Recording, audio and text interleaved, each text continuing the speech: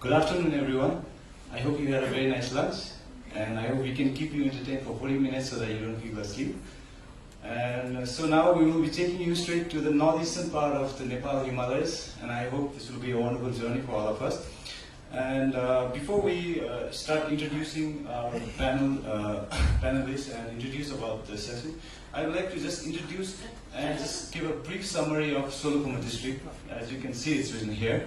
The Solukhumbu district lies in the northeastern part of Nepal, and it is one of the most famous districts in Nepal, primarily because Mount Everest, which is the highest peak in the world, lies in this region, and the Everest Base Camp Trail, which is one of the most famous trails in the world, it also lies in this region.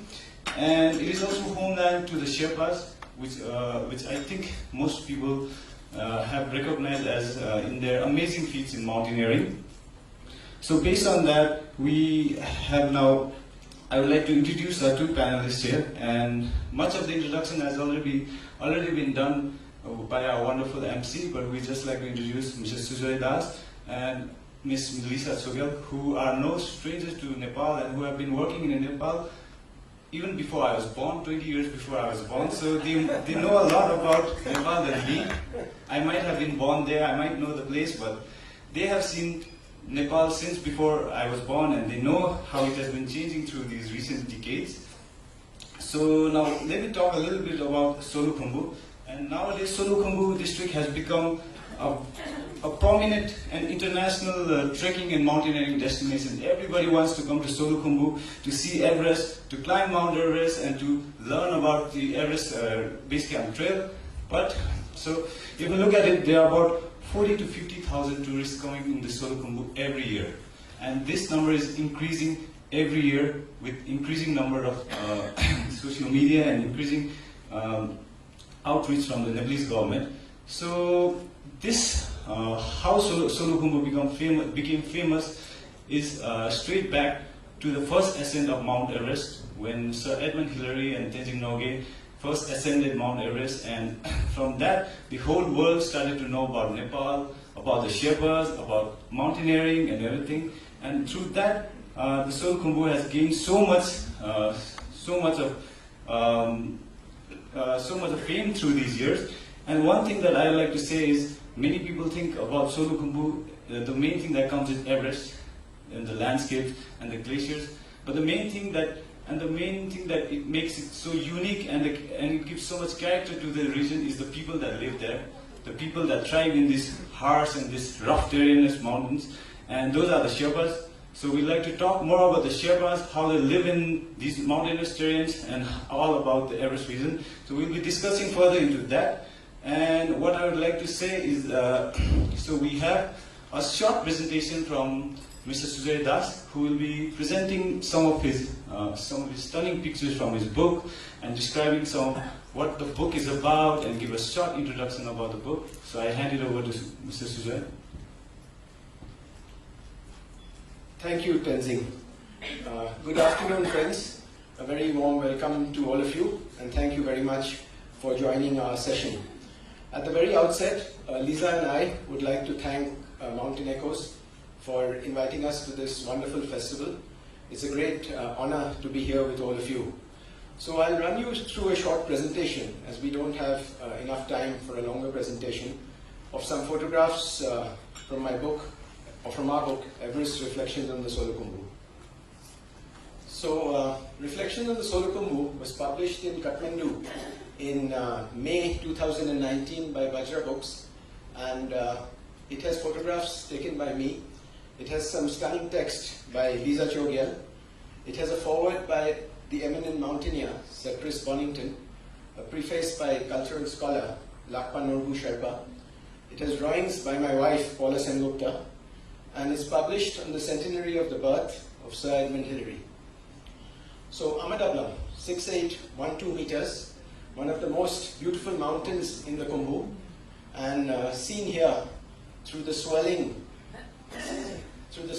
monsoon clouds of Kumjung, taken last year in June 2018.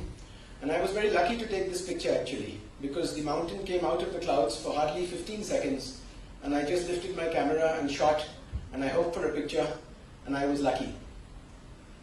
So a winter night at Lobuche, star-studded, as only winter nights can be. Lobuche is 4,950 meters. It's on the way to Everest Base Camp. And the mountain you see here is Nupse, one of the neighboring peaks of Everest. So the monastery of Tengboche, another very famous monastery where Everest climbers come to be blessed by the Rinpoche before they attempt to climb Everest.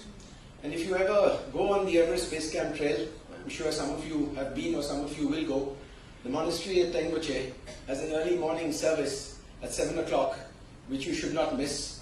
And this is the photograph from the morning service. So last year, in June 2018, I was fortunate enough to visit the Solukhumbu to see the Dumji festival of the Sherpas, which is held in June and July every year.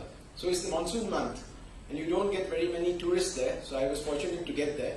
And this photograph, taken on the third day of the festival, shows what is known as the Agni Puja, which is being performed by the head Lama of Kumjung Monastery.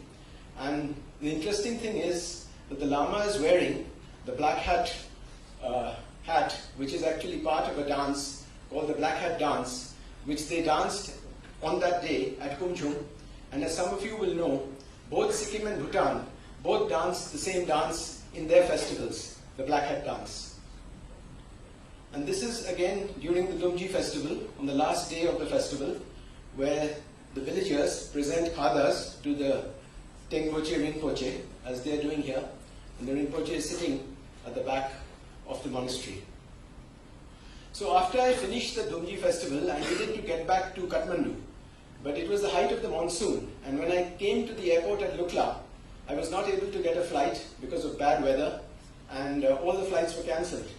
So I had no option, and I had to walk for 50 kilometers from Lukla to the roadhead at Faklu, which is where the road comes now. And this is a photograph during that walk. It was actually an amazing walk, because it was a monsoon walk. It rained most of the time. There was this greenery and ferns and mist sort of surrounding you all the way. And there was nobody on that walk. There were a few locals, and there was myself. So it sort of took me back to Nepal, maybe in the 1960s and 70s, when tourists were yet to come to Nepal. And I quote two lines from my book about the walk. Waves of mist funneled up the valley, abruptly blanketing out the entire trail. The rain was as fine as spray can be, so soft and delicate, it was hardly there. If you come to the Solukhumbu during spring, that is the months of April and May, you will see rhododendron blossoms of all colors, white, pink, red, magenta, and so on. And this is near the national park headquarters, the Sagarmatha National Park headquarters at Manjo, where the children are playing with rhododendron blossoms. So the last Sherpa of the 1953 expedition, Tenzing's grandfather, Kancha Sherpa, photographed at his home in Namchi Bazaar. He is probably somewhere in the 80s, but as you can see, he's extremely fit.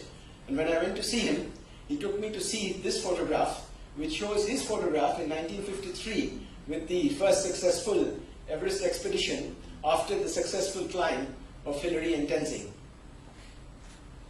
The most famous Sherpa of them all, Tenzing Norgay Sherpa, who climbed Everest on his 7th attempt with Sir Edmund Hillary. So in 2014, on the occasion of his 100th birth centenary, a memorial was erected to him on the hill above Namchi Bazaar. And this again on a winter's evening shows Tenzing's ice axe dwarfing Everest, the peak that he first climbed, and Lhotse, which is the peak next to Everest. So I was fortunate to photograph Sir Edmund Hillary in October 1998 at Kumjung School. Sir Ed had arrived by helicopter to inaugurate a new building at the school, and I happened to be in Kumjung just by chance. I was returning from Everest Base Camp.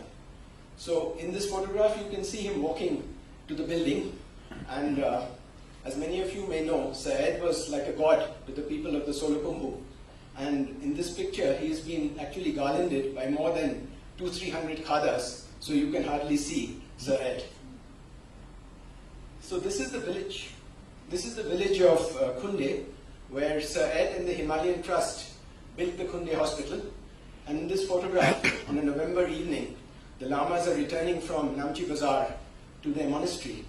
And in the backdrop, there are two peaks of the Solukhumbu. This is Kangtega, the peak on the left, and this is Tamserku, the peak on the right. And both these two peaks were climbed by Sir Edmund's expeditions in 1963 and 1964, and both of them were first ascents. So this is my last slide of the presentation, and you can see the full moon coming up behind Amadablam. This is shot on a high ridge above the village of Kunde. You have Lhotse here, and you have Mount Everest sitting here. And I leave you with a quotation from Tom Horbeen. Tom Horbeen was an American mountaineer who, along with Willie Unsold, climbed the west ridge of Everest in May 1963 for the first time. It was an incredible climb, and most people had written them off, but they managed to make it. And then, having reached the summit sometime between 4 and 5 in the evening, they came down by the South Col route, making a traverse of the entire mountain, and they were benighted. That's an incredible tale, which will take a lot of time to tell. But Horbeen, in his book, written the next year, Everest, the West Ridge, said, Everest was not a private affair. It belonged to many men. So Horbeen said this in 1963.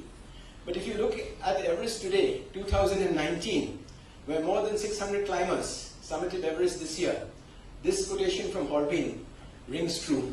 Thank you very much, and I'll hand you back to Tenzing.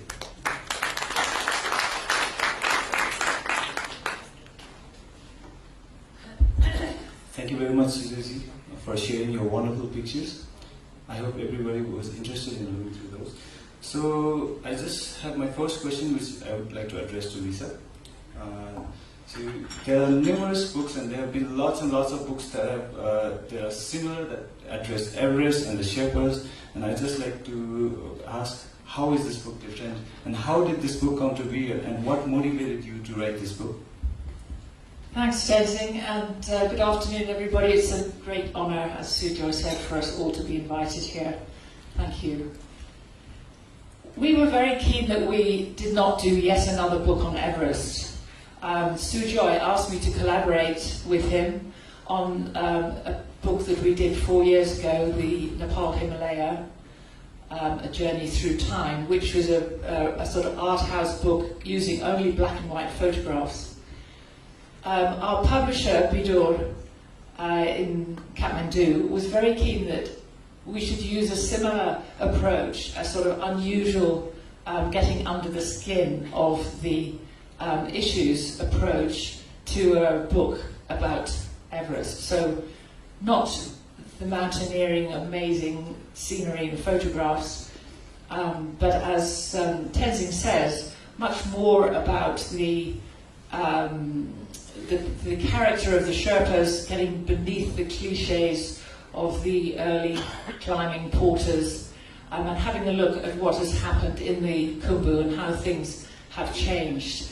We addressed the whole district, Solukhumbu, which is not just the Upper Khumbu, which is what most of those photographs you've just seen, not all, but most, the monsoon photographs, whereas in the Lower Khumbu, which also has a huge amount of attractions for visitors, and by having more people go there, we feel we can take some pressure off the Upper Khumbu. That's me sort of speaking as a tourism planner. So we felt there was room for this. It's Sir Ed's centenary. We want to honour his legacy and re-examine how that has worked in the current context. And all the proceeds of this book go to the Himalayan Trust, which was the NGO that he formed to help the people of the Khumbu. Actually, what he considers his greatest achievement. Of course, Sir Ed was the first to climb Mount Everest on the 29th of May 1953 with Tenzing, and he went on and did lots of other really amazing expeditions. But he always considered the work he did, the philanthropic work he did in the Everest region, to be what he was most proud of. Thank you very much, Lisa.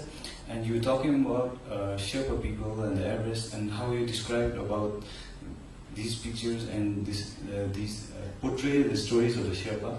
So I just like to get into that. Like, when you go into the Western world, people, when they hear the word Sherpa, automatically what comes in their mind is high altitude porters or maybe mountaineers.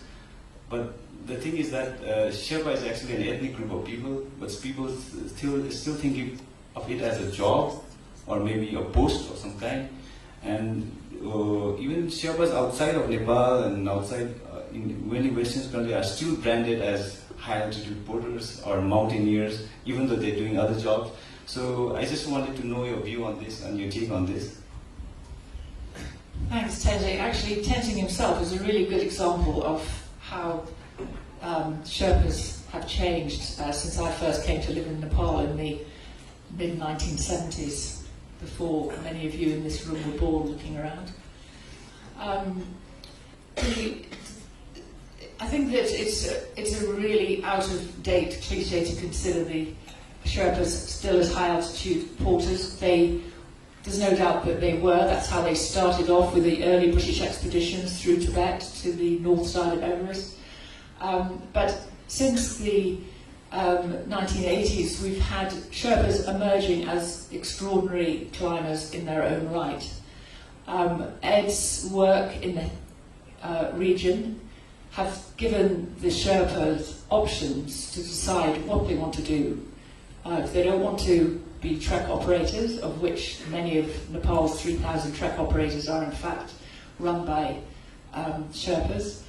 If they don't want to be trek operators, if they don't want to climb mountains and support expeditions, which many of them still do because it is a sort of dramatically lucrative thing to be doing, but they do have many other options. We have Sherpas who are ambassadors, we have Sherpas who are ministers, we have Sherpas like Tenzing, who is a scientist and working in a very prestigious environment. We have Boeing captains. We have Sherpas doing many, many things. So it's a real cliche to get stuck in the old way of looking at them.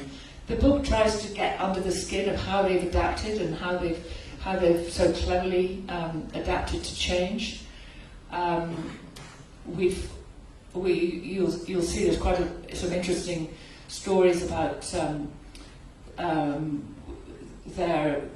the different things that they have decided to do. What remains the same is that there's a strong cultural pull which brings them back to the Khumbu. So however much they're out and about around the world, they still come back. I think that's not in itself very much unlike here in Bhutan too. And it is because of Sir Ed and Sir Ed's legacy that they have, with the schools and the hospitals, improving the health and education, that we can say today that Sherpas have these options. Tenzing's parents are both products of Sir Ed's schools, and we have professors, we have very highly educated Sherpas, as well as people who choose to remain working in the industry. So I would like to say that the Sherpas that we are here today is all due to Sir Ed's effort. He laid the foundation stones of what we are today, and like you said, that now many Sherpas have options and many things others to do rather than high altitude porters. Is also what was his view when he started it. And I remember a very interesting story that when Sir Ed had scaled Mount Everest, and then he came back to Solukhumbu, and then he wanted to give back to the Sherpa people, and then he asked the people like, so what do you want? What more do you want? And there's a very nice saying that so our children have eyes, but they are blind and they cannot see. So please build a school for us so that our children can see furthermore. So I think I got the story right, because you have known Sir Ed for a long time, and you know him, and you have interviewed him for quite a long time. And his first legacy was scaling Mount Everest, but the legacy that has been going on till now, and that has remained quite long, is his legacy with the Sherpas and what he has done with the Sherpas and his contribution to the Sherpas. And he has a very nice personal story with them, and this book has so beautifully portrayed that story and has mentioned that story. So I'd like to ask you if you could share some of those of his legacy in Khumbu. Thanks. Yeah, he was, I mean, as I say, he was really proud of what he did. You know, he returned to India as the High Commissioner. His connections with Nepal went way back. He very soon after climbing Everest lost his tolerance of altitude, which is why when Sujoy met him, he was in a helicopter. He always had to go up and come down in a helicopter. He, by the late 70s, he nearly died, in fact, on what's the mountain in India? The Mukhan Parbat, at the end of the ocean to sky expedition, which was one of the expeditions that he most enjoyed. He travelled from Calcutta by jet boats, these New Zealand developed Hamilton jet boats, right up to through up to the source of the Ganga.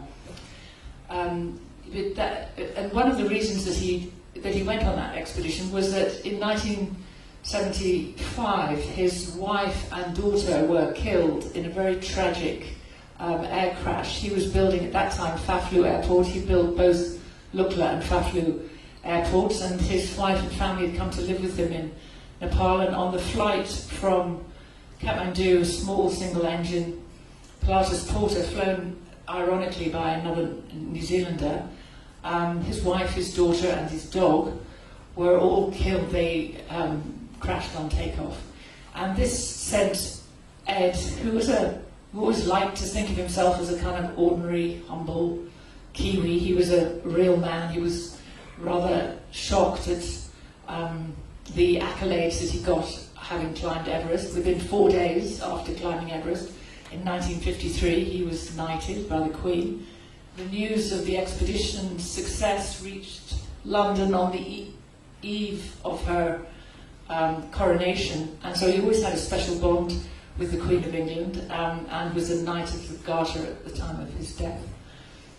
But he went into a huge depression following the death of the accident with his family, and it was travelling up the Ganges and spending time in the sort of spiritual atmosphere of India that he turned the corner and started to heal and overcome the grief. So India was a big part of his achievements. The other thing he did, of course, was the first person to have gone to both the summit of Everest and to the three poles, the North and the South Pole, as well as the summit of Everest. So he remained very much connected to this part of the world. And staying on Sir Ed, so we have a very prevalent myth in Khumbu about the Yeti, and that's also quite prevalent here in Bhutan as well. So I heard that it's mentioned in your book as well that Sir Ed had led an expedition to search for the Yeti.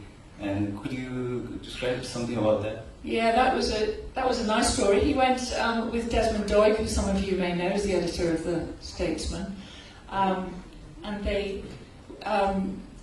He said at the end of this expedition, which was in the 1960s, 61, thank you, to look for the Yeti. He came back, and he's a sort of gruff, tall, craggy Kiwi, and he wrote when he came back. He had a surprisingly beautiful way of writing, for those of you who have read his books. But he wrote when he came back that it was now absolutely clear that the Yeti didn't exist. He had no time with sort of too much spiritual flights of fancy. So, in his opinion, the Yeti did not exist. He was a very plain-speaking person, and to give you an idea of his humble approach to life, all through his life he had his name listed in the Auckland telephone book as Redmond Hillary, so anybody could ring him up. Thank you very much, Lisa, for sharing your experiences. I'd like to now turn the question to Sujoy. So Sujoy has been coming to the Everest region since the late 1970s, and he's been coming here and taking a lot of photographs, and you could see his photo archives in his book as well, and a lot of his pictures and a lot of his collections are in this book as well. So within these 3 decades that you've been coming here to Khumbu, even before me as well, you have seen a lot of changes that have been going on in the landscape, in the people lifestyle, and since you yourself own a trekking company, an expedition company as well, the trekking industry in Khumbu itself has tremendously changed, And with the huge number of traffic of tourists coming everywhere, the trekking industry now is blooming there, and it has changed before and now, and the lifestyle of the people. But alongside that, the landscape there is changing quite a lot. So personally, what do you think, and personally, what changes have you seen in these few decades? Actually, since the late 70s, early 80s, the most remarkable change, I think, has been the infrastructure. When we first went there, there was just maybe a few lodges, very basic, and hardly any facilities. If you go to Solukhumbu today, to the bigger places like Namchi Bazaar and Kumchung and so on, you will find lodges ranging from $5 to $10 a day to $150 a day. There are lodges for everybody. There are lodges with electric mattresses, so you'll be warm at night and you won't have to get into your sleeping bag. There are hot showers available to you. Mobile phone connections from Kathmandu. If you buy a SIM card, a prepaid SIM card of Ncell, you can use that SIM card all the way right up to Everest Base Camp. And most trekkers who go there today climb to the top of Kalapattar and then ring up their families and say that we've reached the top of Kalapattar, which was unheard of in the 1970s and 1980s. You have Wi-Fi. There is a company called Everest Link, I think you know Tenzing, which provides you Wi-Fi cards. So you can get Wi-Fi right through the entire route. So it's not that you are disconnected from home. That can be both a good thing and a bad thing, whichever way you want to look at it. And the other issues, of course, are that you have all the frills. There are shops, there are restaurants, there's apple pie, there's cheesecake, there's espresso coffee, and the rest of it. So the whole experience has changed a lot since the 80s. There is also a lot more people, which has put a lot of stress on the trekking trails, especially during the months of October and November, which is the peak season.